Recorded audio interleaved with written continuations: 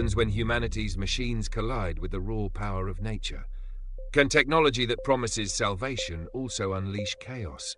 And is our drive to engineer the environment a sign of progress or the beginning of collapse? The struggle between nature and technology has defined much of modern history, but nowhere is it more explosive than in the realm of climate change. As humanity faces an unprecedented planetary crisis, the instinct has been to turn to machines, tools of invention, engineering, and control, to counter the destructive effects of rising temperatures, raging storms, and vanishing ecosystems. Yet the relationship is far from simple. Every technological intervention sparks new questions about consequences, limits, and unintended outcomes.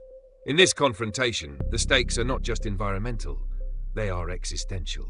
The collision of climate and technology could either mark humanity's greatest triumph or expose our deepest vulnerabilities. At its core, this collision reflects two competing truths. The first is that technology has enabled the very forces driving the climate crisis.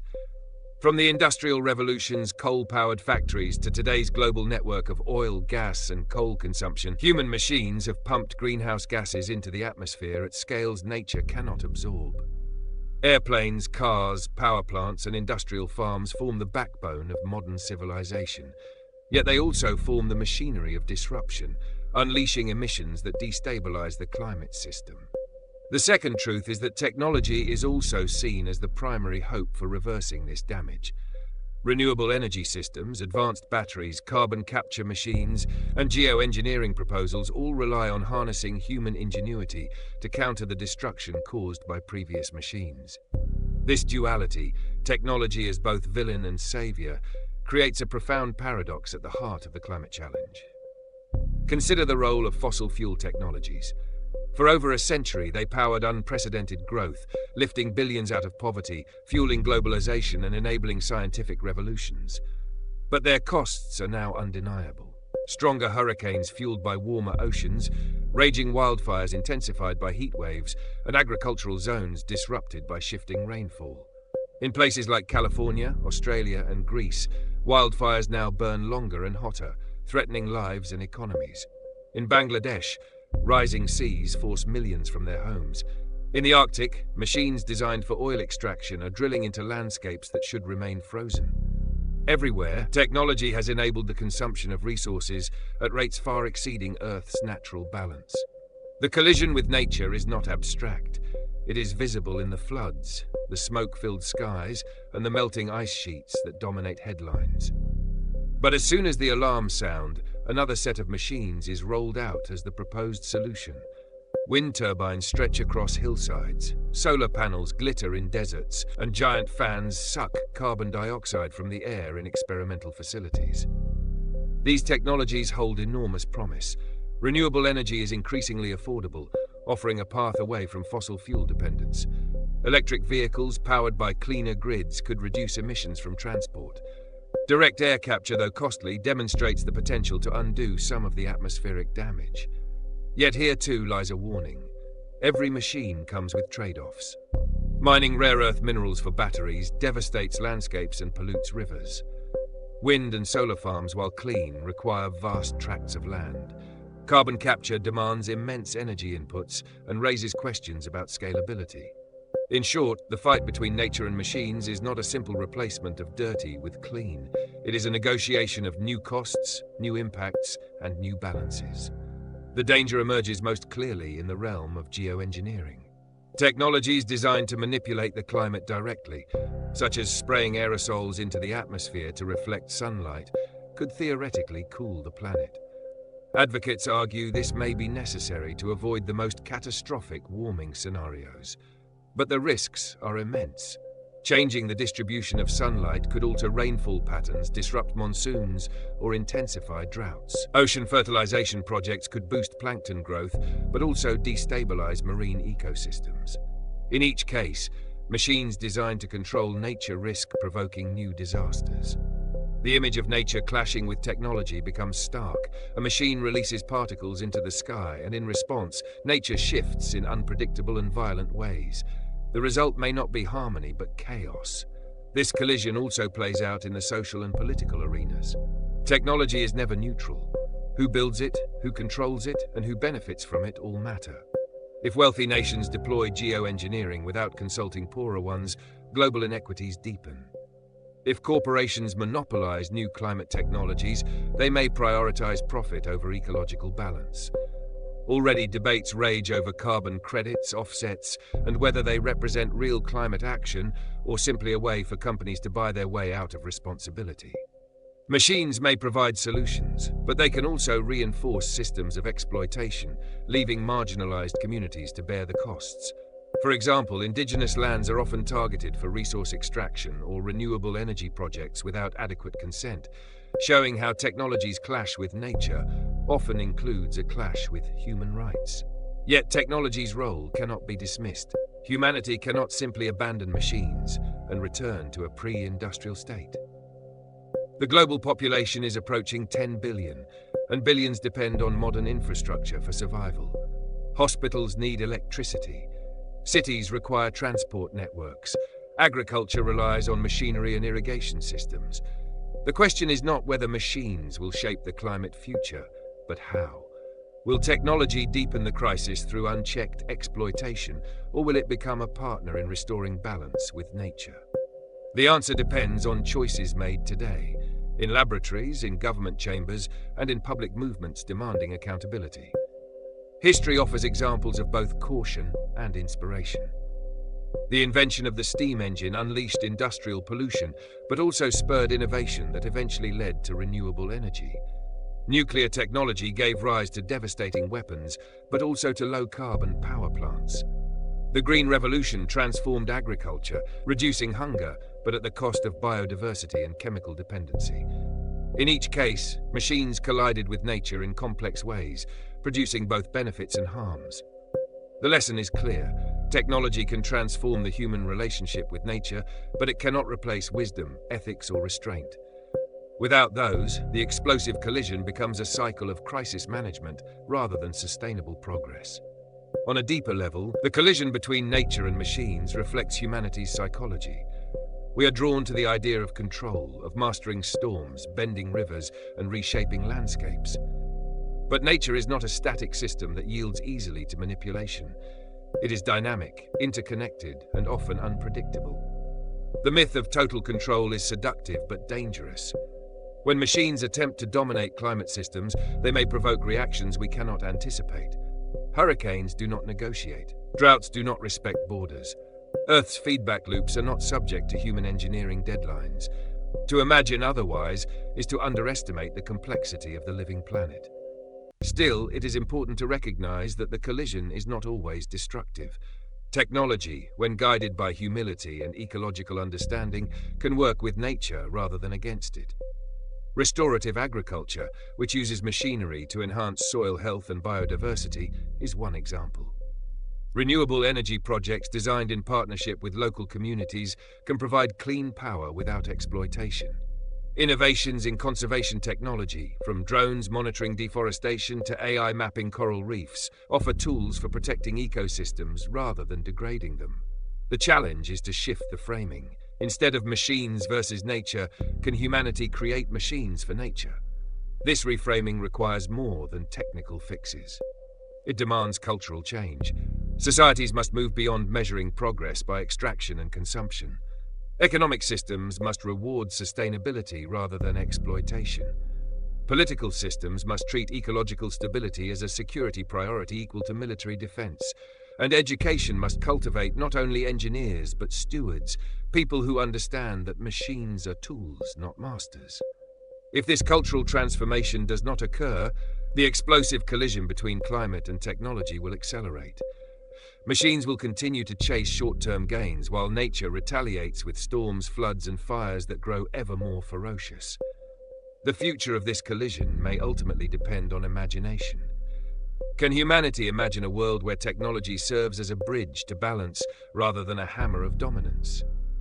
Can we imagine policies that prioritize long-term survival over immediate profit? Can we imagine international agreements that treat Earth systems as common goods, not arenas for competition? These questions matter because imagination shapes action. Without vision, machines will continue to collide with nature in destructive ways.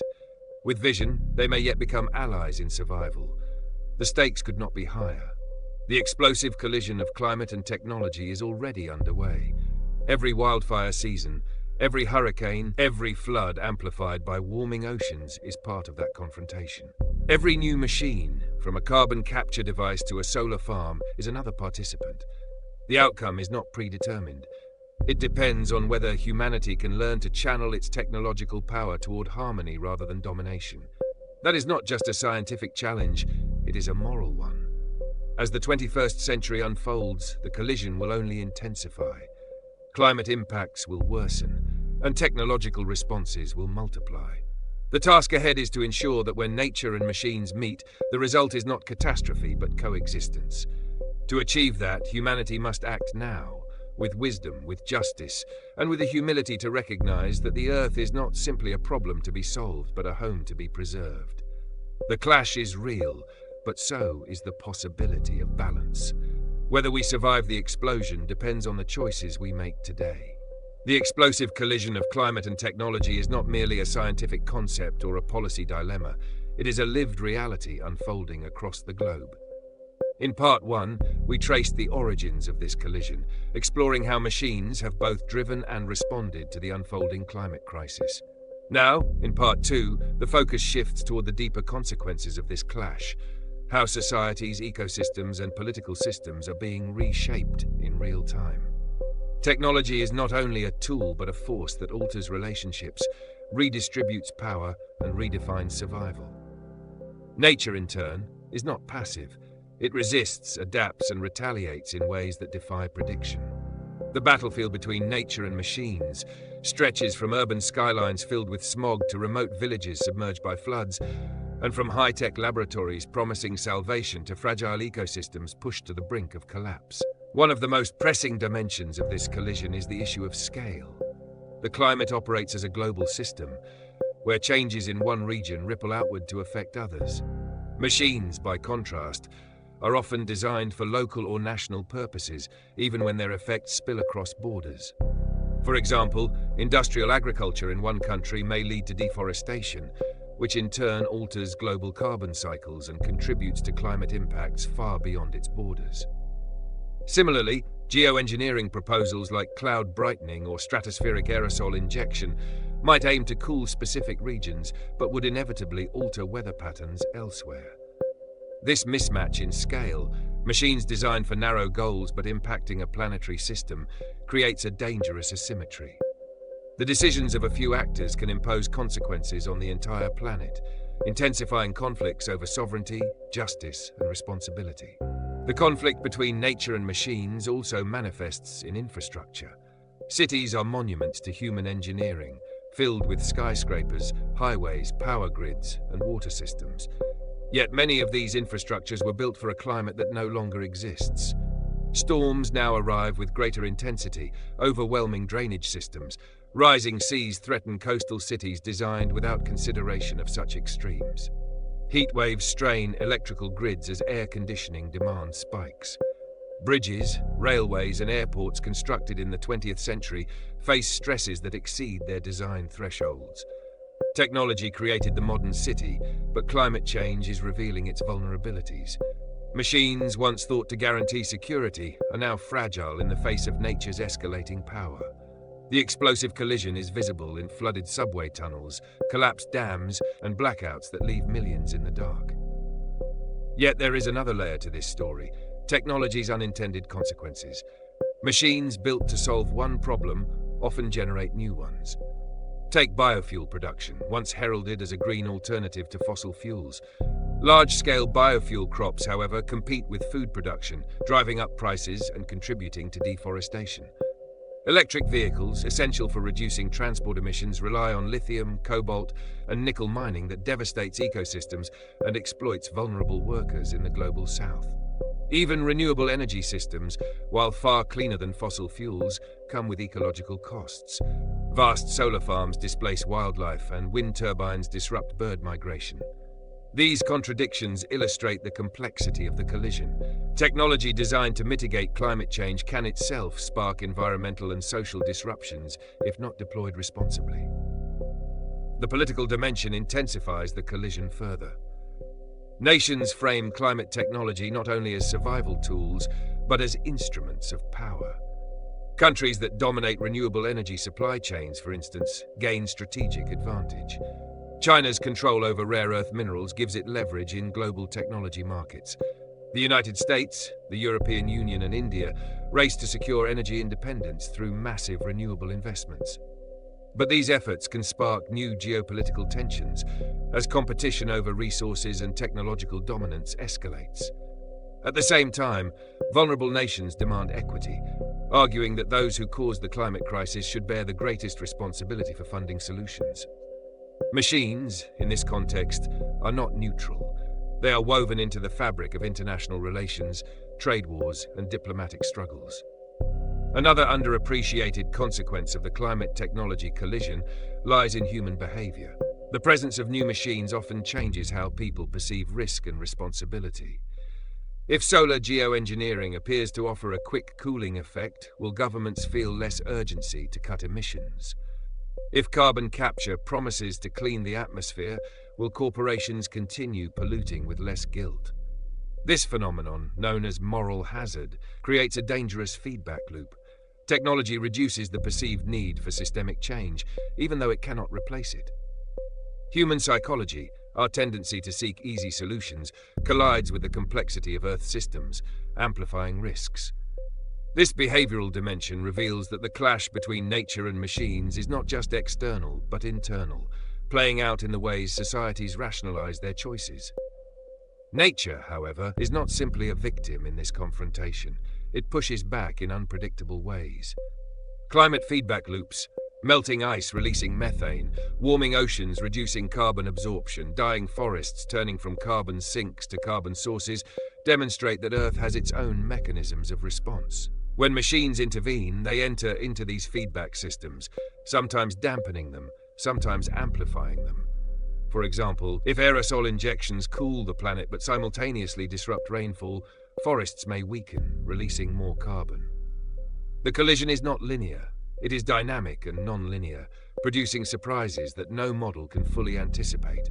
The resilience and unpredictability of nature challenge the hubris of technological certainty, reminding humanity that machines cannot fully master a living planet. The social fabric also bears the scars of this confrontation. Climate disasters intensified by human technology disproportionately affect vulnerable communities. Poorer neighborhoods often lie in flood-prone zones, lack resilient infrastructure, and receive less political attention in recovery. When hurricanes devastate coastal cities, wealthier citizens can evacuate, rebuild, or relocate, while the poor are left behind in ruined homes. Technology, designed to protect, frequently mirrors existing inequalities. Wealthy nations can invest in seawalls, advanced irrigation systems, and cutting-edge renewable grids. Poorer nations, lacking resources, face climate threats with fewer defenses. The collision of climate and technology thus amplifies global inequality, creating a world where survival may increasingly depend on one's access to machines. The ethical stakes grow sharper as experiments in geoengineering edge closer to reality. Small-scale tests of cloud brightening or direct air capture raise questions about consent. Did communities downwind agree to participate? Do people in the global south have a voice in decisions made in northern laboratories? The democratic deficit in climate technology mirrors the broader democratic deficit in global governance. Those most affected by interventions often have the least say. Machines may be built in labs, but their impacts radiate outward, shaping lives far from the engineer's control.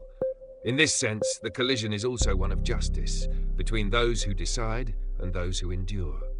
Yet amidst these risks, opportunities exist. Machines need not always clash with nature. They can also collaborate with it. Emerging technologies like biomimicry draw inspiration from natural systems, designing solutions that align with ecological principles rather than override them. Floating solar panels reduce water evaporation in reservoirs while generating power. Urban green roofs enabled by engineering cool cities and provide habitats. Artificial intelligence models track illegal deforestation in real time, aiding conservation efforts. These examples show that the collision does not have to be destructive. It can be transformative if guided by humility and ecological wisdom. The key lies in design, governance, and intention. Machines that mimic or enhance nature's strengths may help heal rather than harm. Looking ahead, the collision will intensify as climate pressures mount. Heat waves will test power grids, rising seas will test urban defenses, food shortages will test agricultural technologies, and extreme weather will test the resilience of infrastructure everywhere. The choices humanity makes now will determine whether the explosion becomes uncontrollable or is channeled into a constructive rebalancing. Will governments prioritize short-term fixes that mask symptoms, or will they invest in systemic transitions? Will corporations treat climate technology as another market for profit, or will they accept responsibility for long-term stewardship? Will societies demand justice and equity, or will they allow inequality to deepen? These choices will shape the trajectory of the climate technology clash for decades to come. In the end, the collision between nature and machines is not simply about technology, it is about values. If machines are deployed with arrogance, driven by profit and hubris, the explosion will consume us. If they are deployed with humility, guided by justice and ecological respect, they may yet serve as instruments of survival. The path is narrow, the risks immense, and the stakes nothing less than the future of human civilization. The question is not whether the collision will happen, it already has, but whether humanity can learn to navigate it wisely before the explosion turns fatal. Part 3 of this unfolding story brings us to the most critical arena, where the explosive collision between climate and technology plays out. The human decision-making process and the choices that will shape the decades ahead. Technology has already changed the climate in ways unintended and irreversible, and now it is poised to intervene more directly, more forcefully, and more globally. The stakes are immense, and so are the questions. Who decides, who benefits, and who risks the most? This is no longer just about machines or about nature in isolation. It is about humanity's willingness to govern its relationship with the planet responsibly or recklessly. And it is about your role in that conversation, as a citizen, a consumer, and a human being sharing this fragile Earth. The first dimension to confront is power.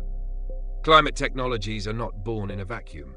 They are funded by governments, corporations, and powerful institutions with their own interests. Large-scale renewable energy projects, for instance, are often framed as universally beneficial. Yet in practice, they sometimes displace communities, exploit vulnerable workers in resource extraction, or centralize control of energy in the hands of a few. Carbon capture and storage projects, hailed as breakthroughs, are frequently used by fossil fuel companies to justify continued drilling and extraction. Geoengineering proposals, which would alter the balance of sunlight or carbon flows, risk being deployed by wealthy nations or private actors without the consent of billions who would live under their consequences. The collision of climate and technology is therefore also a collision of power between the few who design and deploy and the many who live with the fallout. The second dimension is uncertainty. Nature is dynamic and full of feedback loops that defy neat prediction. Machines, however, rely on models, assumptions, and probabilities. When those two forces meet, uncertainty explodes. A project designed to cool the atmosphere could, by altering rainfall, destroy agriculture in regions thousands of miles away. A new form of carbon removal might disrupt marine ecosystems, wiping out fish stocks depended on by millions of people. The danger is not only in failure, but in partial success, where a technology achieves its immediate goal, but at the cost of destabilizing another system. Humanity is entering territory where experiments are conducted not in labs, but in the sky, the oceans, and the soils of the Earth itself. In such a setting, the margin for error is vanishingly small. Yet despite these risks, the pressure to act grows stronger each year. Climate impacts are no longer distant projections, but daily realities. Droughts force migrations, wildfires consume entire towns, and hurricanes batter coastlines with unprecedented intensity. In the face of such devastation, leaders are tempted by technological solutions that promise speed and scale. When people demand immediate relief, the allure of climate control becomes almost irresistible. This is the essence of the collision. Nature pushes harder with each storm and fire, and machines respond with ever more ambitious interventions, even as those interventions risk triggering new disasters. The ethical challenges embedded in this collision cannot be overstated. One of the deepest is justice across borders. A geoengineering project conducted by one nation might inadvertently trigger drought in another. Who decides that such trade-offs are acceptable? Who compensates the communities that suffer? Similarly, there is justice across generations.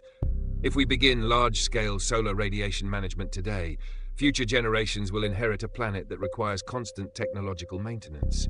If they stop, termination shock, rapid, devastating warming could follow.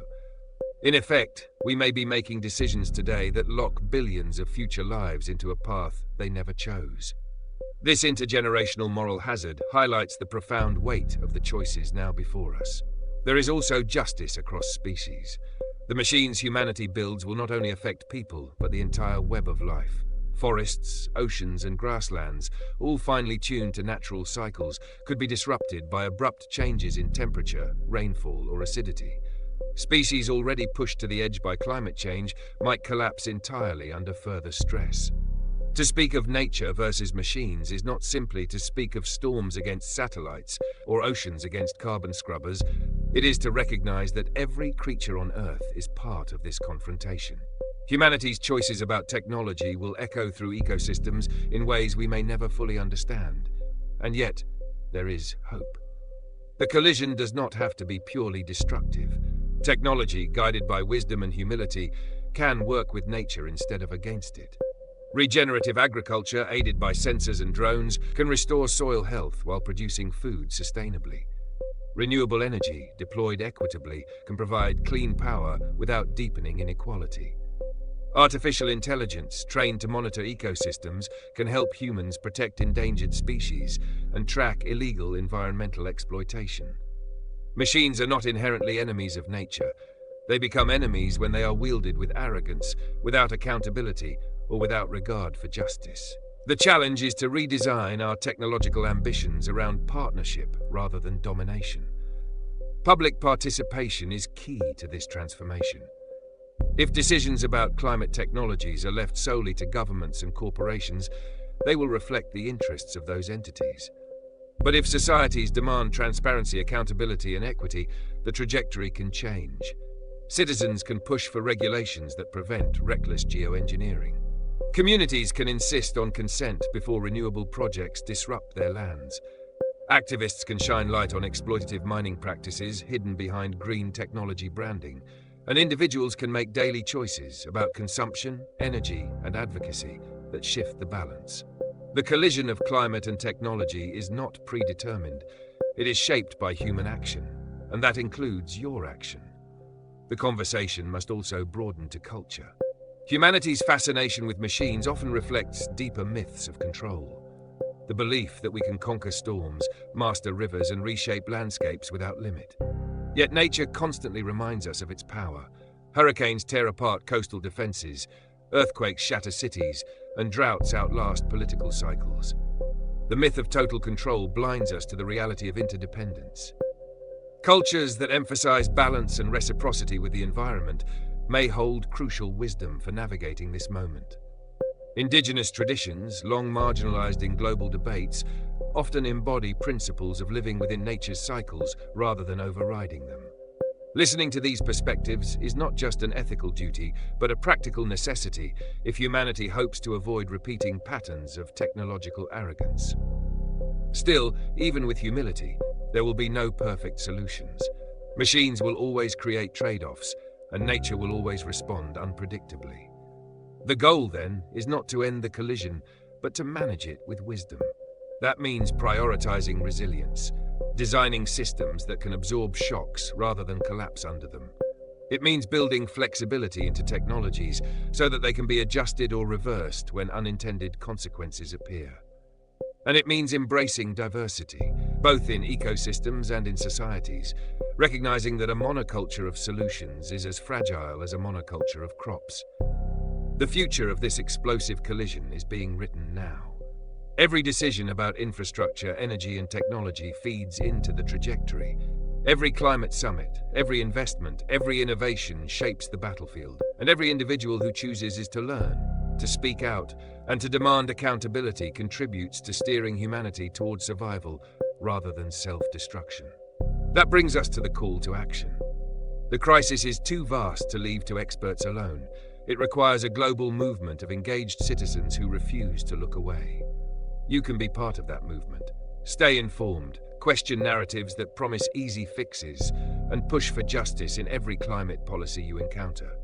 Support renewable energy, but demand it be built responsibly. Consider your consumption, not as an isolated act, but as part of a planetary system.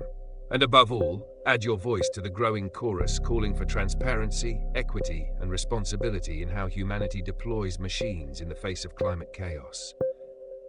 If you've stayed with this exploration, you already recognize the stakes. The collision between nature and machines is no distant abstraction. It is the defining struggle of our age. And it is a struggle that will determine whether the 21st century is remembered as an era of collapse or of transformation. Do not be a bystander. The future belongs to those who act. Join us here on Crisis Lens as we continue to examine the greatest challenges humanity faces, from climate manipulation to natural disasters, from geopolitical upheavals to technological revolutions. Subscribe to the channel, share this video, and start conversations in your own community. Every action builds momentum. Together we can demand a future where technology does not explode against nature, but evolves into harmony with it. The choice is ours, but only if we choose to act.